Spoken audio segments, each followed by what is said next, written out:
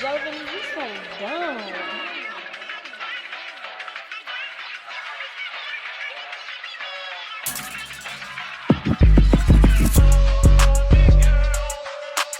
Hey cuties, welcome back to the channel. If you're new here, hey, if you're not, welcome back, Bookie. So I'm gonna do what I came here to do. So today we're gonna test out the Pixi Skintreats Glow Tonic. So it says use AM and PM as needed. After cleaning, apply cotton up. We got that. We already cleaned our face. So that's really the only instructions on there. Wrong pencil. The reason I have the eyeliner is because I'm going to divide my face in half. So what we're going to do, like I told you, wash my face with my Biore. So my skin's very much dry right now. She's ready for skincare. I'm ready to get back in bed. It's 2:13. I don't intend on doing anything until like 5 o'clock. Well, I was supposed to record this a while ago. To like motivate myself to do it, I gave myself a cupcake. So I ate a cupcake before coming in here to do this. I'm laying in bed because my tatas hurt. They're so sore. On one side of the face, because typically I'll go in before I use my toners, I'll go in with Sea Breeze just to like clean out whatever dirt the soap couldn't clean out. And then I go in with my toner.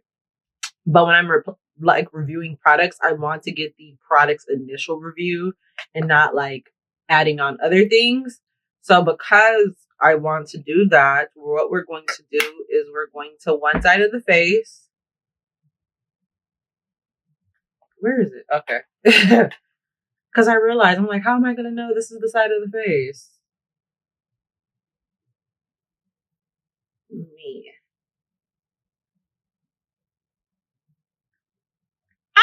This is my Sea Breeze side because this is what I use. So we're going to put the Sea Breeze and then we're going to go in with the toner and then we're just going to go in with the toner. So now we're going to go in with the Tonic. What is it again? The Glow Tonic. We're going to go in with her to see what she's giving. I typically check the cotton pads to see like any dirt that came off. And I mean, I guess I can't really see the dirt because it's peachy. My cotton pad is peachy. Like prior to putting it on my skin, look, I'm not lying. It's like a peachy color. You see how like it's white? It's like a peachy. Anywho. But yeah, so this is what we're working with. Right now it is 2:20 on the dot. 7 o'clock. No, it's 2:20 on the dot. Ooh, that's long. That's too many words. So many words. So, boom, 2:20. We're going to go in bed and lay down. And I'm watching a documentary. And it's about, I don't know how many times I have watched stuff about like concentration camps and like Jews and the whole like big genocide. Why am I whispering talking about it? It feels pretty taboo to talk about, but we need to talk about it so we don't forget about it. So history doesn't repeat itself. Exactly. So boom, I'm watching the documentary about the Jews, right? And keep in mind, I've watched a whole bunch of documentaries on a whole bunch of different things. But what's super fascinating, do I see a difference? I feel like this side is like glowy and this side's a little more dry, but then it's not about like the present now. It's about a few hours what it's gonna look like. Anyways, enough rambling. Back to what I was talking about. So the Jews, right? Learning about them, obviously, like how much do you need to learn? Who knew that like you could continue to learn more about what you already learned about? I didn't know that. Like I knew that, but I didn't know that because I thought it was gonna like spiel the same information I already learned. And it's like, no, because it's coming from a different perspective. That's why. Yeah. When I looked at it, it was like, if you don't read it, it could possibly be Tinkerbell. You know what I'm saying? Like it has it has enough alphabets where it's like you could be Tinkerbell, but it's obviously not Tinkerbell if you really sound it out and like, you know what I'm saying? But quick glance, like it could have been Tinkerbell, but it's not called Tinkerbell. It's like Treblanc or something like that. I apologize if I'm butchering the name. Like I told you, I watched it last night And now I'm going to continue it because, yeah, anyways. So boom, I'm watching it, right? And I didn't know that there was another one, but that one wasn't even a concentration camp. Besides the camps, they had like other areas where it wasn't a camp. It was just like a literally. And like the Treblanca one is where they would take a lot of the little kids. So you know how like they were separating families? It sounds pretty familiar, right? I don't know. Anyway, so they're separating families.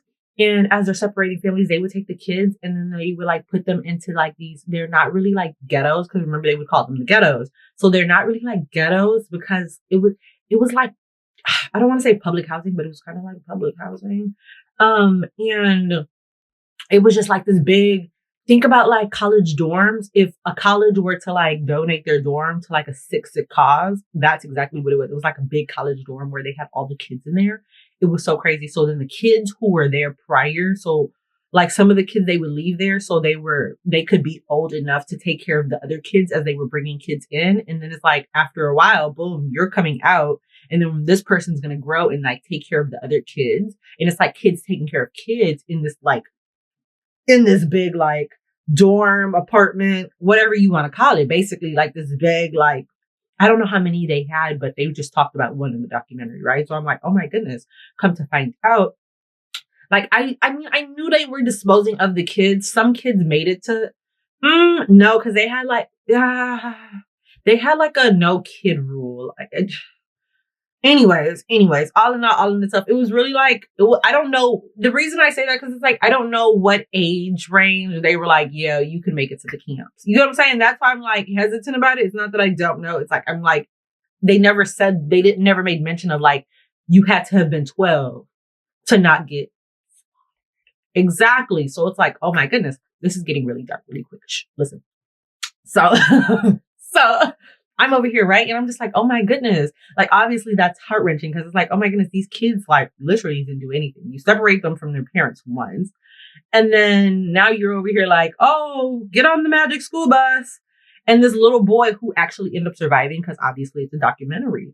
And he's talking about it. And he's just like, I didn't question my mom and I didn't question the police officer. Little did he know, like he was like walking into his doom. Well, not doom because he's alive, but he's still traumatized because he went through what he went through. Nonetheless, you trusted the people, like the adults around you, and they didn't even do no good for you.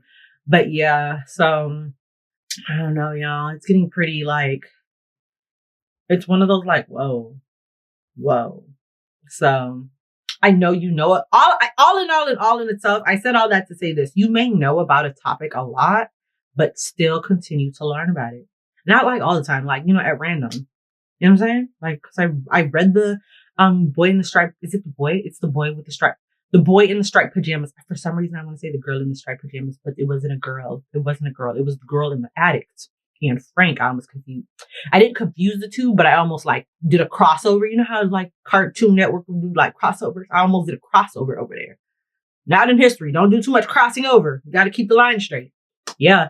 So I read about the boy in the striped pajamas. So it's like, you would think it ends there. No, that was just the tip of the iceberg. And then to top it off, the Treblanca place that I told you about was it was in the open. Right? So it's in the open and people lived next to the building that they were just offing these little kids. And little do they know, people, like they knew people were passing away because it's like one of the lady in the documentary, she was like, I would wake up and you could smell it. It was like she had a really thick accent. And she's just like, you could smell it. I don't know why I tried to do the accent. I apologize. I didn't mean to be rude. But she was just basically saying like, you could smell it. And then to top it off, so then the SS, because they're called SS, the SS soldiers, right? So the SS soldiers, they got in trouble with their commander, the higher up, because they're like, my problem isn't that you offing the people. It's that you're not keeping it secret. Whoa. So then they got fired and then somebody else had to come take their place. And then the new guy did a good job because it's like you were offing a lot of people. The goal was to off a lot of people. So they were like basically sitting around in round tables. You know how like leaders sit around in round tables and they're like, this land is here, or like for politicians, they'll do that when it comes to gerrymandering, which is like setting up the barricades for voting. But they were doing that, but they weren't doing that for that. They were doing that for like, okay, cool. Commander who said that he wanted 50 million people gone by tomorrow. How we gonna do it? And that's what they were doing.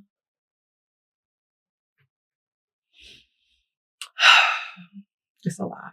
It's a lot. Anyways, I'm gonna go now. I'll be back with an update on both topics, the like toner and like the documentary, because yeah.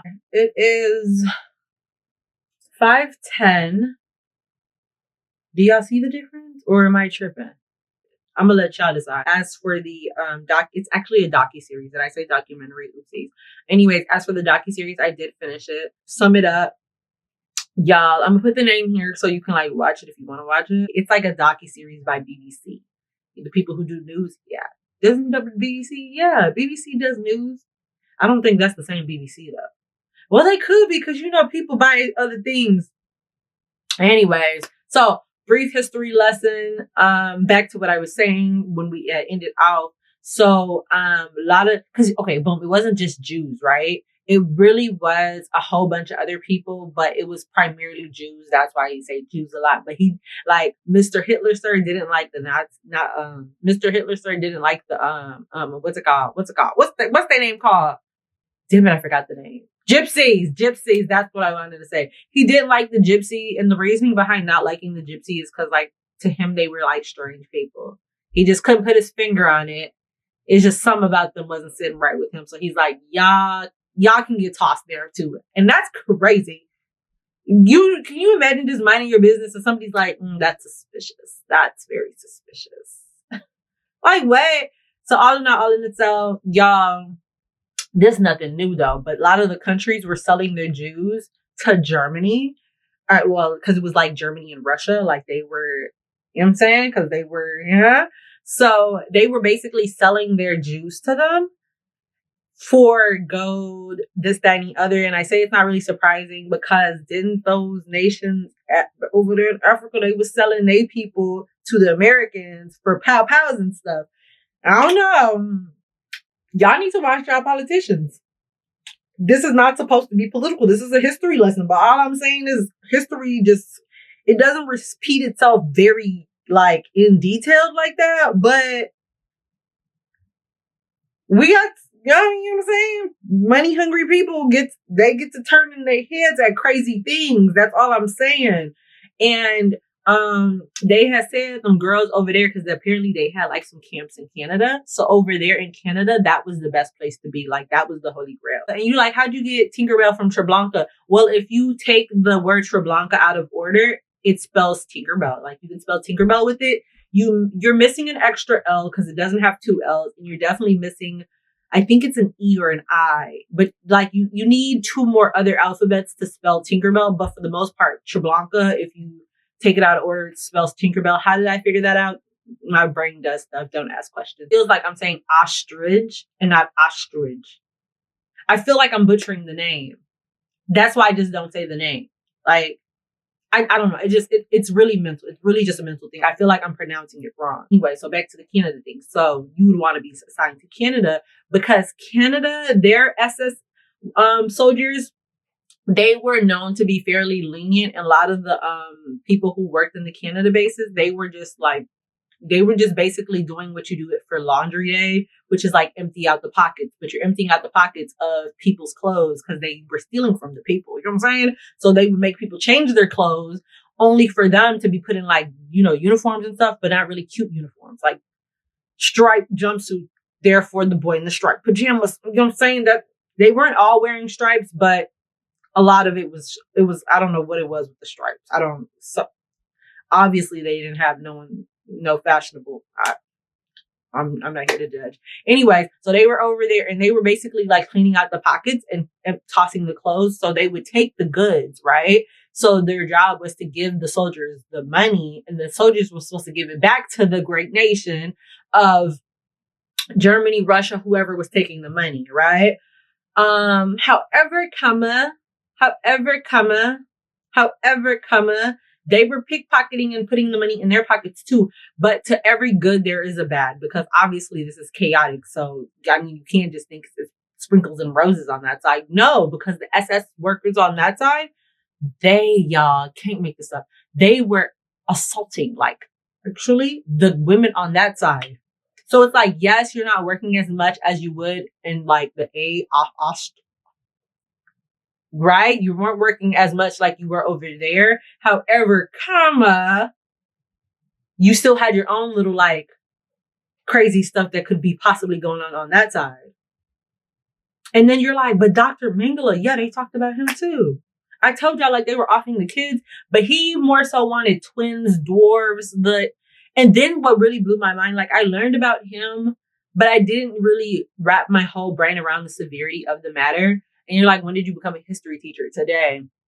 I didn't fully wrap my head around the matter when I was learning about the topic. Cause it's like, yeah, he was like doing test experiments, but it was like, he would literally do test experiments on twins, right? To see like how they would react.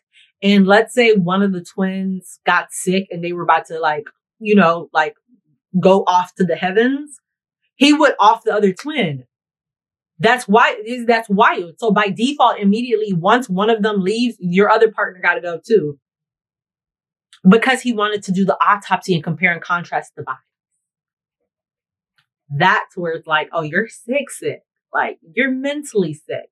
And the worst part about it all is the girl who, because one of the people who were in the documentary, she was, sharing her experience, right? And basically she was saying like how she was feeling very ill, like she was in and out of it. And Dr. Mengele basically let her know, like, girl, it's just unfortunate. You only gonna make it 2 weeks. Crazy thing, obviously, it's not 2 weeks because she's on the docuseries. So like she made it longer than him. Yeah. But all in all, back to what I was saying. So she knew if she would like pass, her sister would pass too. Like she tried to fight. So therefore her sister would have a fighting chance of like not being passed off too. And that's right there so sweet. But what really like sealed the nail in the coffin for me, where I was like, oh, these people are sick. He would go in there and give them toys and candy. He would go in there acting like they're best friends. Like, I'm here to play with the little pre-Kers and we're all friends. Whole time he wasn't their friend. Oh my goodness. I look like how this week has been treating me. Slapped around, tossed up. Face is completely dry because we got to do the half and half. I already washed my face. Back with our little Pixi majiggy thing again. Okay. So nothing different. The cotton pad. This right there. You know what I'm saying? Now it's my natural skin versus the glow tonic, the toner. Correct. So same half me, and then you know what I'm saying? Anywho. Okay. Up close and personal. One side of my face is just dry as hell. I mean, obviously we know why. Came back to y'all around 5. Was it 5? I think it was 5. We'll just give it 4 hours. I'll come back. It's 1. We'll come back at 5. Same way, And yeah, we'll just come back at 5 and see what it's giving. So it is 5:04. I'm gonna let y'all decide. Do y'all see results? Can't really see a difference. We're gonna bring out our handy dandy blot sheets and let us know.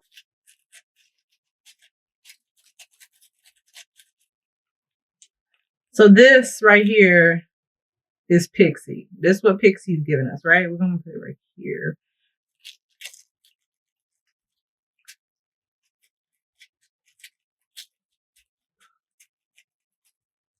This is this side. This is this side.